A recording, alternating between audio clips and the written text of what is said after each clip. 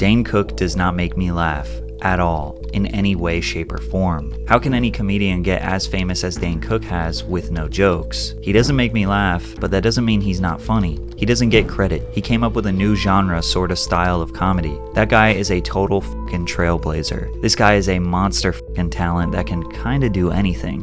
Dane Cook made his network television debut on Letterman in 1997. When I was little, my dream, all I wanted to do was take karate. I used to run around my house. And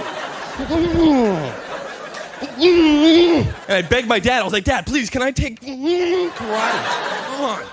Nobody could have predicted that this guy would become the biggest comedian in the world just a few years later. The next day after that Letterman set, Dave noticed a shift in his performances. He trusted himself more movement, more emotion, whatever it took to get laughs. For me, it was tough growing up because I learned everything. I had 5 sisters, okay? I used to wear a tampon just to fit in, okay? Swear to God. Here comes Peter Cottontail. I love sex. I always, you know what I mean? The thing, it's just, I'm crazy for it. I just, I'm...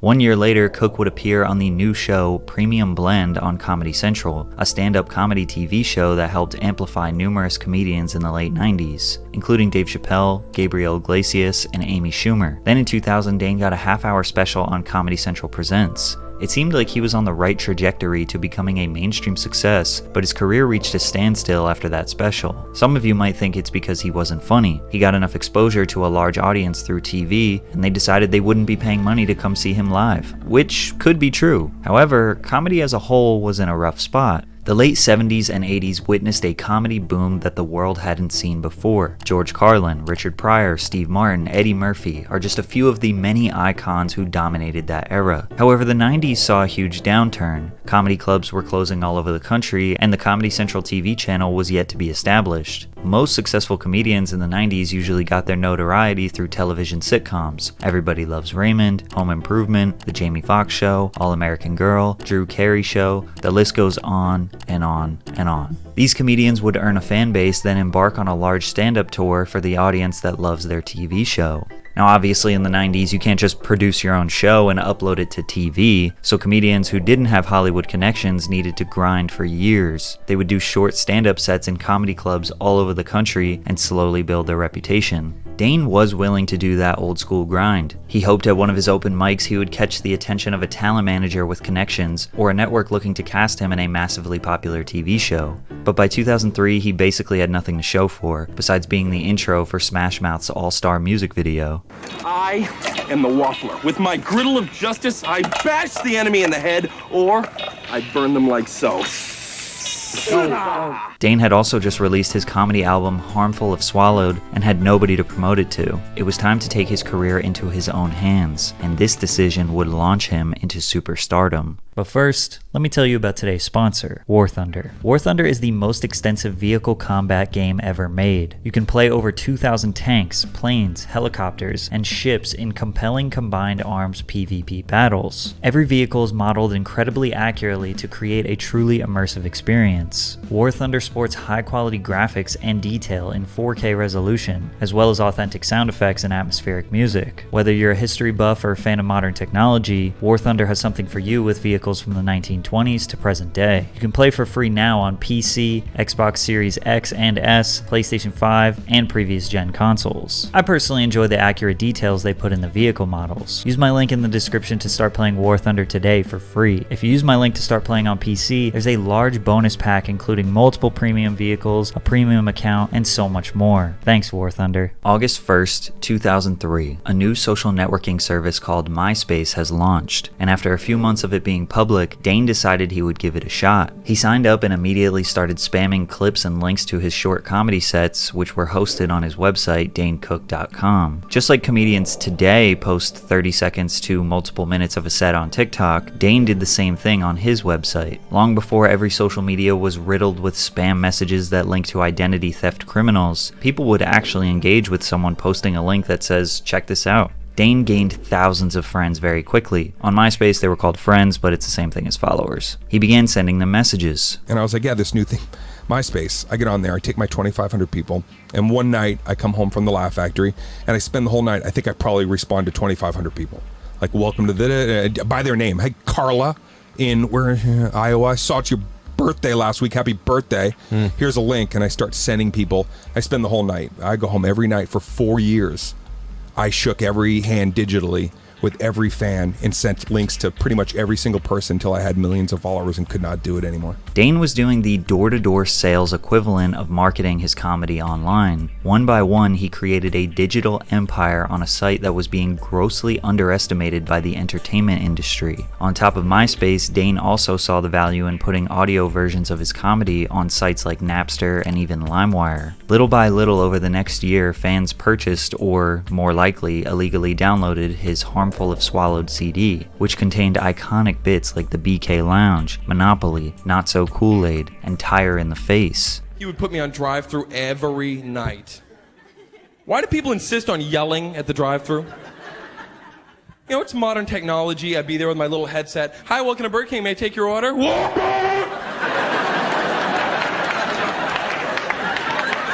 Sir, Whopper onion! This material is considered by fans to be his best still to this day, and many others still have no idea why people thought it was funny. Dane's humor was very much built around young adults, and since college kids were the vast majority of people using the internet, he was in the right place. He quickly started selling out 2,000 to 2,500 seat venues primarily at colleges in the US. He created a hand sign / logo as a symbol for his fans, reminiscent of Jay-Z's rock. This was dubbed the super finger or Sufi. According to Dane, this is when your middle finger alone does not convey the intensity of your emotion. He got a little bit of mainstream attention too if you count being the sausage mascot in Mr. 3000. Hey, oh, good. Hey, buddy, come here. Help me out, please. Zipper.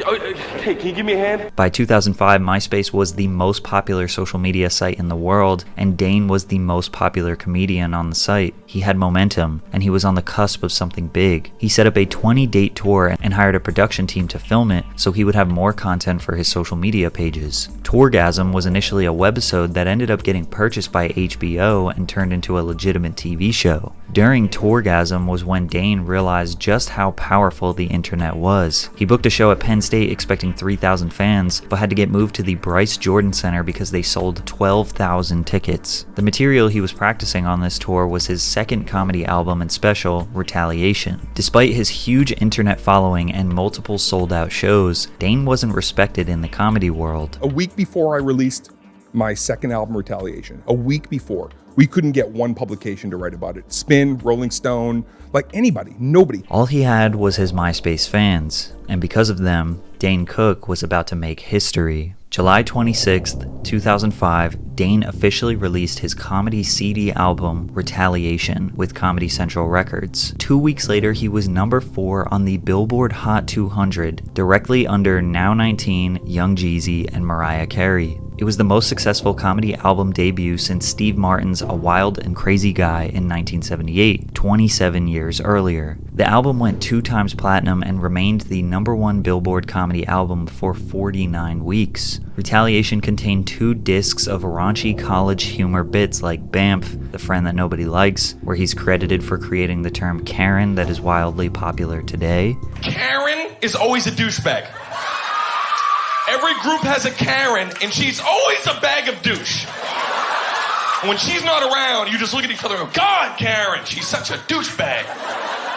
Until she walks up, and then you're like, hey, what's up, Karen? Other fan favorites like Struck by a Vehicle and The Creepy Guy at Work. Immediately after this album boomed, he started getting recognized by the entertainment industry. His first gig, a 2-minute set at the MTV VMAs, where he absolutely bombed. We like a little violence in this country.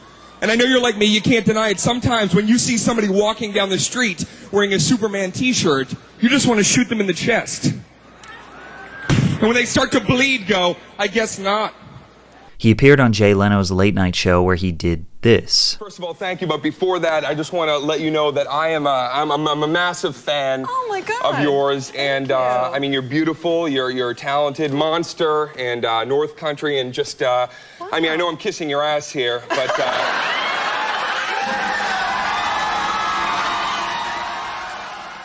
Then on the Jimmy Kimmel Show where he was an absolute madman. Look. She's exceptional, okay? True, I do. She's exceptional. She's exquisite. She's She's so many words in my vernacular. And yes, Tom is making a play for KH. I'll be home soon, Katie.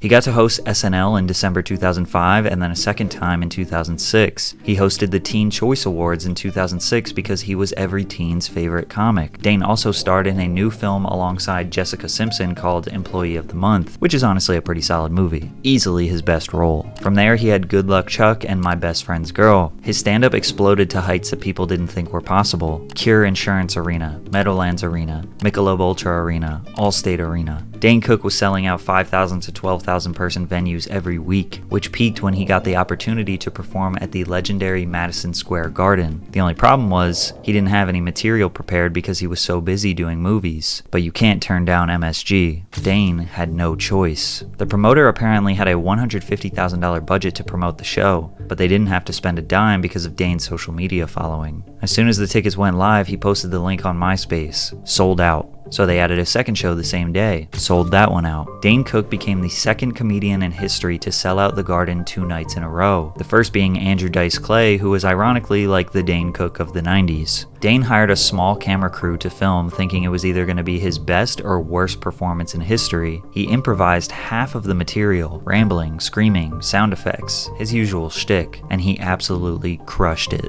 This off-the-cuff performance was released later as his Rough Around the Edges special. Dane was zooming past veteran comics. The industry had never seen someone go from a hack at the Funny Farm to a stadium icon in this short period of time. He simply could not take an L, which is when the hate started rolling in. Rolling Stone published an article, The Joke's on Us. How can any comedian get as famous as Dane Cook has with no jokes? Jim Brewer, a stand-up veteran who hosts a radio show that often interviews comedians, said, "Not one comedian comes on my show and says, 'I'm so happy for him,' which is weird. They can't stand this poor guy." Steven Rosenfield, director of the American Comedy Institute, says Dane is kind of like Perrier water. It's brilliantly bottled, but it's still seltzer. By the way, drink water.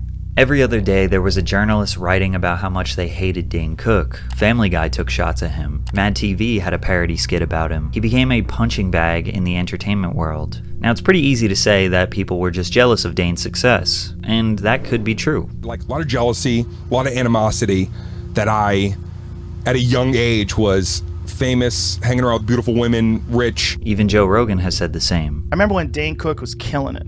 There were so many haters. And not just because of all the real reasons to be a hater, but also just because of his success was so astronomical. I remember people would just fume thinking about Dane Cook selling out arenas. But it's pretty easy to see major flaws in Dane's comedy. His humor heavily relies on delivery rather than genuinely witty content. Many of his jokes revolve around relatable, everyday experiences such as playing Monopoly and having friends and eating at a fast food restaurant. He exhibits this, you know what I mean, type humor, or simply relatable humor, which is amplified by his sound effects, screaming, and insane body contortions. Now, his sound effects are damn good, and he's a very good storyteller, but often his stories lead nowhere, falling flat and ending with something like, You're the person nobody likes.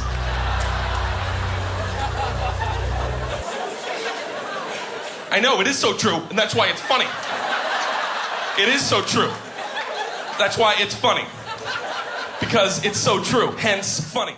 Unlike typical comedians who display brokenness or cynicism, Cook maintains a positive, unassuming lifestyle where dudes think he's the man and girls think he is a heartthrob. But just because he prioritizes showmanship doesn't make him unfunny. Dane didn't even address the hate. At first, he actually liked it. He felt like a comedy supervillain. Plus, he was doing arena after arena filled with tens of thousands of people laughing. He could care less what one journalist or one open mic comic thought. There is one very clear objective to comedy: to make people laugh. Dane was getting laughs and making millions. He was winning. But the reason many people hated him wasn't just because of his good looks and success. He was labeled a joke thief, and stealing jokes is a career-ending sin in comedy. Dane's 2005 Retaliation album contained a few jokes that were very similar to Louis C.K.'s 2001 album Live from Houston, Texas. The first accusation of plagiarism comes from a bit they both did when choosing a weird name for their child. I'd like to have a kid, because you can name your kid anything you want. I like that part. I'd like to give my kid an interesting name, you know? Like a name with no vowels, maybe, you know? Just like...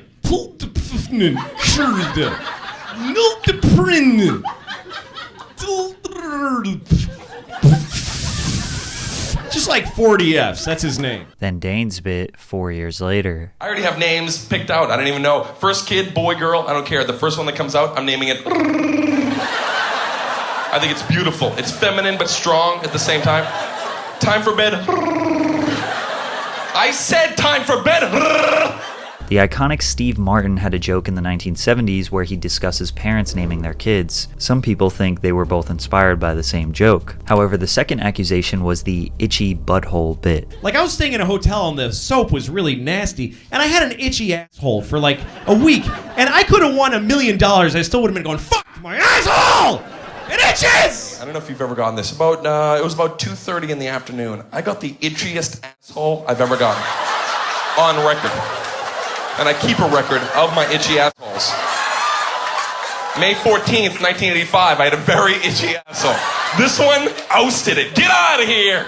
The third accusation was regarding a bit where Louis and Dane witnessed someone about to be hit by a car, and they don't know what to say to prevent it. Because it was happening really fast. I had like that much time to yell, you know. What can I yell in that much time? Hey, you the guy in the bike! Oh, you know, that's not... She's gonna open the door! Ah, shit! As the car was coming towards him, I reached out and I said, oh! Oh! That's all I could think of to say.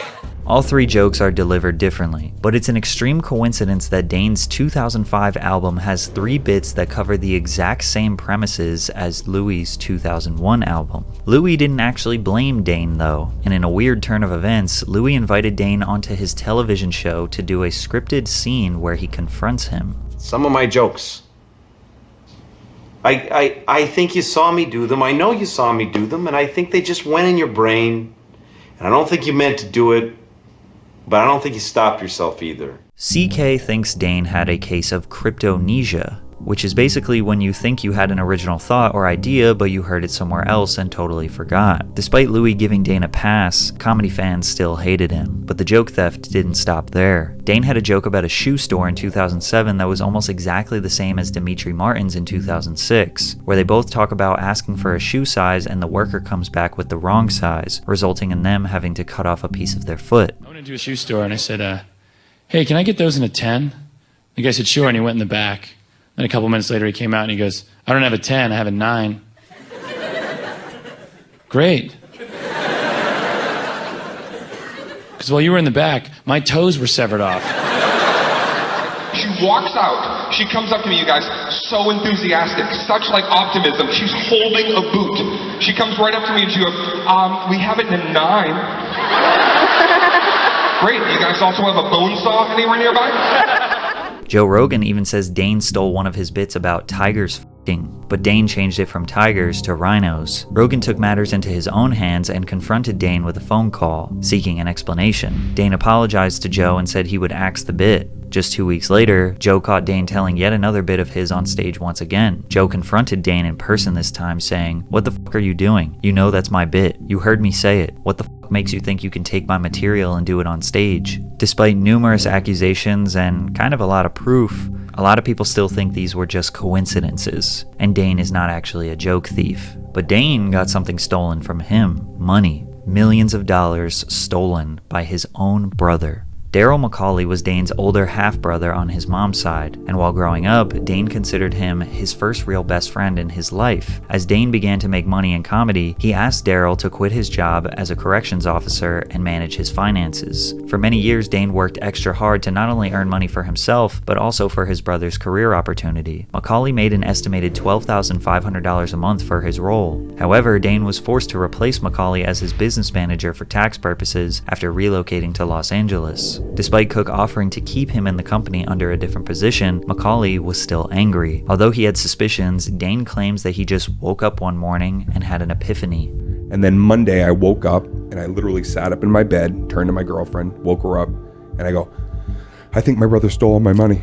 Dane knew he had to pursue legal action, but a piece of him still had love for his brother, which showed in his testimony. He shared with the judge in Massachusetts that Cook believes Daryl could have mental issues stemming from his connection to his birth father, who had his own mental disorders. Cook believes it could be genetic and that Daryl felt entitled to the money. Typically, people who are deemed mentally unstable can get a reduced level of punishment. Macaulay pleaded guilty to larceny, embezzlement, and forgery charges. He was ordered to serve 5 years in prison. His wife was sentenced to 2.5 years for her involvement in the scheme, and the court ordered Macaulay to repay Cook $12 million.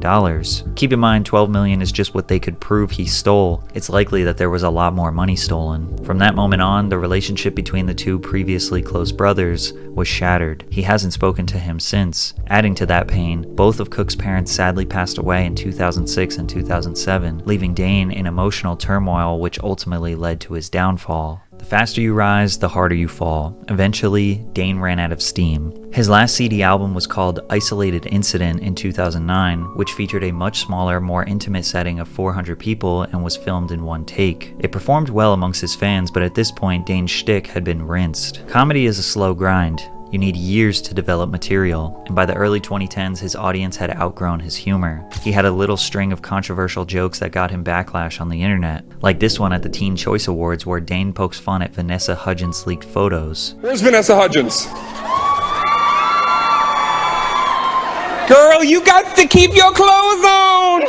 And another joke where he made light of the very serious 2012 movie theater shooting in Aurora, Colorado. I'm pretty sure that somebody in that theater about 25 minutes in realizing it was a piece of crap probably was like, oh, fucking shoot me. Despite the crowd thinking it was funny, the internet did not, which started a long history of comedians getting their sets leaked and criticized on the internet. Dane had trouble maintaining his appeal to the youth, and his bad plastic surgery wasn't helping. The hate and resentment from the comedy community finally started to hit him, and he took a step back from the spotlight. He had enough money to just chill and live a pretty relaxed lifestyle on his own terms. He still did large shows, theaters, casinos throughout the 2010s, a tour in 2013 and in 2019, but these days, he mostly just spends time with his wife, Kelsey Taylor, who is 26 years younger than him. A creator by the name of Tracy Morrissey speculated some foul play. Dave and Kelsey made their relationship official in 2017 when Kelsey was about 18 and a half years old. Dane says that he met his girlfriend at a game night he hosts at his house.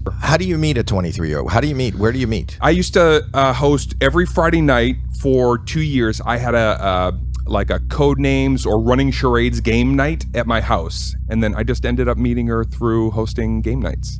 How long have you been going out? Going out? Yeah. Oh, no, we've been together 5 years. So now we're engaged after being together 5 years. 18. That's right. Wow. Yeah. Wow. Yeah.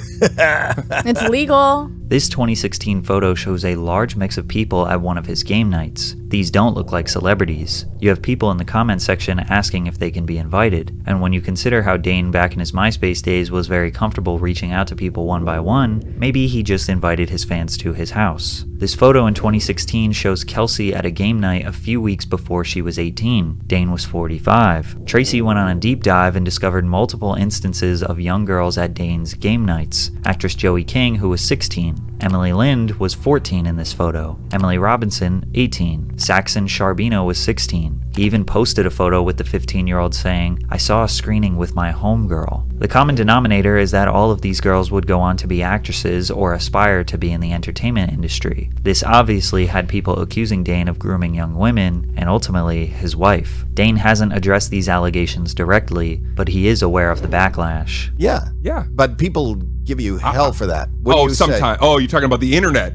That's a whole nother league. Yeah. That's where you live, the internet and your lawn. In real life, nobody's ever had any kind of anything but like giving us flowers and being very lovely. He even jokes about it in his new stand-up. Because I'm 49, my girlfriend's 23. She was doing her homework, and I said to her, bedtime soon, Betty, let's talk before bed. Over the years, Dane has regained his reputation in comedy. Not saying people are admitting that he was actually funny the whole time, but they do believe they were too harsh on him or maybe hated him out of jealousy. Or maybe just hated him to jump on the bandwagon. He was a massive innovator with social media. Listening back to these jokes was nostalgic. Maybe they didn't age all that well, but one thing for sure is Dane was a huge reason why a lot of young people got interested in comedy. Me especially. I don't think I would care nearly as much about stand-up as I do today if it wasn't for Dane. Remember, use the link in my description to start playing War Thunder today. It's entirely free and PC users will get a large free bonus pack with so much to enhance your experience. Thanks again, War Thunder.